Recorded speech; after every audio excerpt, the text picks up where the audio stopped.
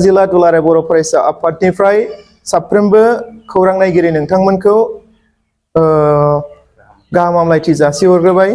दिनै जों बाक्सा जिल्ला दुलाराय बर' फरायसा आफादनि गाहाय मावख' मुगानि आगदारि बानेश्वर बसुमतारी नब्लां दा बेवहायनिफ्राय जोङो खौरां बिजोंनि गेजेरजों बेखौनो फोरमायनो लादों दि मिरु दुलाराय बर' फरायसा आफादा देग्लाय बैथि बोसोरनि 10 डिसेम्बर खालाराव टेलेन्ट सार्च एग्जाम खुंनो थाखाय थांखि लादोंमोन, नाथाय खायसे उसुबिदानि थाखाय बे डेटखौ फसायनानै 17 डिसेम्बर खालामफिनबाय मिरु आफादा।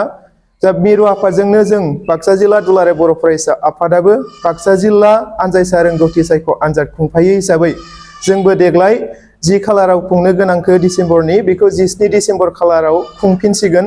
दा बेखौ जोङो गासै फरायसा आरो फोरोंगुरु सार बिथांमोननो मिथिहोनो थाखाय दिनै जों खौरां बिजोंनि राहा लानानै जों फोसावदों। आरो बेवहाय जों खावलायगोन जे टेलेन्ट सार्च एग्जाम जायखौ जोङो खुङो, बे आनजादखौ खुंनायनि जोंहा गेदेरथार थांखि दङ। गेदेरथार थांखि बायदियै दिनैनि जुगा बादायलायनायनि जुग। बे बादायलायनायनि जुगाव जोंनि गामि ओनसोलनि बबेबा हाग्रा ओनसोलनि जिखि ओनसोलनि फरायसाफोरानो जाय फरायसालियाव फरायदों बिथांमोन बर' बिजोंनि जाय फरायसा बिथांमोनाबो जेन दिनैनि बादायलायनायनि जुगाव जि कम्पिटिटिभ माइन्डसेटखौ जेन ग्र' खालामनो हायो एबा बादायलु गोसोखौ जेन सोरजिनो हायो, बे थांखिजों जोङो दुलाराय बर' फरायसा आफादा बे टेलेन्ट सार्च एग्जामखौ खुंनाय जादों। आरो लोगोसे जोङो मोनथि मोनगोन दिनैनि बादायलायनायनि जुगाव जोंनि बर' बिजोंनि फरायसाफोरा दिनै बादायलायनो थाखाय बेसेबां साखाफारा, बै आनजादनि हेफाजाबै जोङो मिथि मोनगोन। जों बे थांखिखौ लानानै बे आनजादखौ खुंनाय जादों आरो खुंनो थाखाय थाग थियारि जादों जोङो। दा बेवहाय जोङो फोरमायफिननो गोनाङा बेनो जे 10 तारिख डिसेम्बर बेखौ जोङो डेटखौ थि खालामदोंमोनब्लाबो नाथाय बेखौ फावसायफिननानै 17 तारिख बा 17 खालार डिसेम्बरनि बैथि बोसोरनि बेखौ जोङो थि खालामफिनबाय। बेनि थाखाय साफ्रोमबो फरायसा आरो फोरोंगुरु सार नोंथांमोन आरो फरायसुला फरायसुलि बिथांमोननि बिगोमा नोंथांमोनखौ खावलायदों आरो मिथिहोदों जे नोंथांमोन साफ्रोमबो जेन दिनैनि बादायलु मुगायाव जेन फरायसाफोरनो जे बादायलायनाय जे मोनसे साननाय हनाय बेखौ जेन गोसोआव सोनानै होनो थाखाय जेरैखि जाया आनजादखौ होनांगौ, बादायलायनांगौ आरो फरायसाफोराबो बे आनजादखौ लिरनानै गावखौनो जे सुनांगौ, बादायलायनायाव बाहागो लानांगौ, बेखौ जोङो खावलायहरदों।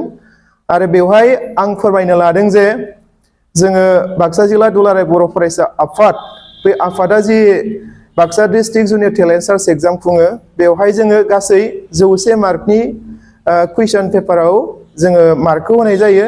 आरो बेहाय जोंहा मोनबा आयदा थायो, इंराजि थायो, सानखान्थि थायो, गोरलै बिगियान थायो, समाज बिगियान थायो आरो सरासनस्रा गियान थायो।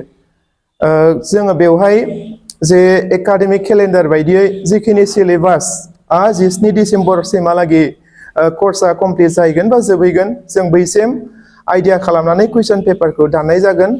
आरो जों बयबो मिथिखायो इंलिसआ एक्सुवेलि मेनलि प्राइभेटनिबो माखासे फरायसाफोरा जिहेथु लिरनो होननानै आंनिसिम खौरां बुंहरदों, बे हिसाबै सरकारिनि जे सिलेबासआ मिलायैनि थाखाय जोङो मेक्सिमाम इंलिसनिखौ जोङो ग्रामार कुइसन ग्रामारनिफ्राय लानाय जागोन। दा बिनि थाखाय प्राइभेटनि फरायसा बिथांमोनाबो बेवहाय जेबो जिंगासिनो गोनां गैया। गासैबो फरायसाफोरा मोजाङै आनजादाव जिरायनानै आनजादखौ लिरनो हागोन, जों बेखौ फोरमायथिनाय जाबाय। जोङो जिल्ला आफादनिफ्राय फोरमायबावदों दि जे आनजादखौ जोङो खुंगोन टेलेन्ट सार्च एग्जामखौ, दा बेवहाय जोङो जिल्लानि जे क्लास 7 आरो क्लास 8खौ जोङो जिल्लाया खुंगोन। बे हिसाबै बे आनजादनि जे फिथाइ, बे फिथाइखौ जोङो 2024 मायथाइनि जानुवारि दाननि गिबि सप्तायाव फोसावगोन। आरो फोसावनायजों लोगोसे जोङो बेवहाय टप 5 सायख'गोन, क्लास 7नि टप 5 आरो क्लास 8नि टप 5 सायख'नानै जोङो बाक्सा जिल्ला एबसुनि जे जानो गोनां जानुवारि दानावनो जे कनभेनसन, बे डेलिगेट कनभेनसनाव जोङो जाय टप 5 मोननो हानाय फरायसा बिथांमोनखौ जोङो बरायगोन, मान बावगोन। जों बे हाबाफारिखौबो लाफानाय जागोन आरो बेखौ जों दिनैनो फोसावदेरनाय जाबाय।